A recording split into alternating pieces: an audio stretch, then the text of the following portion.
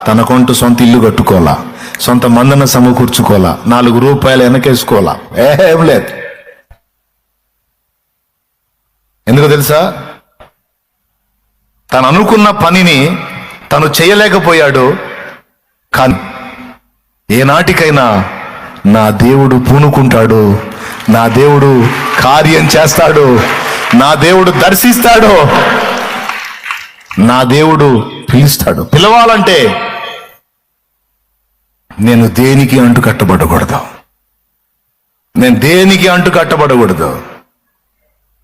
నా దేవుడు ఎప్పుడు పిలిస్తే అప్పుడు రెడీ అంటానికి నేను ఫ్రీగా ఉండాలి అని తన కోసం ఏమీ ఏర్పరచుకోకుండా దేవునికి సాక్ష్యం ఇచ్చాడు. దేవా, ఏనాటికైనా నువ్వు నన్ను మళ్ళా దర్శిస్తావు అని నేను ఎదురు చూస్తున్నాను. అందుకే నా కొరకు నేను ఏమీ సమకూర్చుకోలేదు. ఎందుకంటే నా జనం ఎక్కడో నేనెక్కడా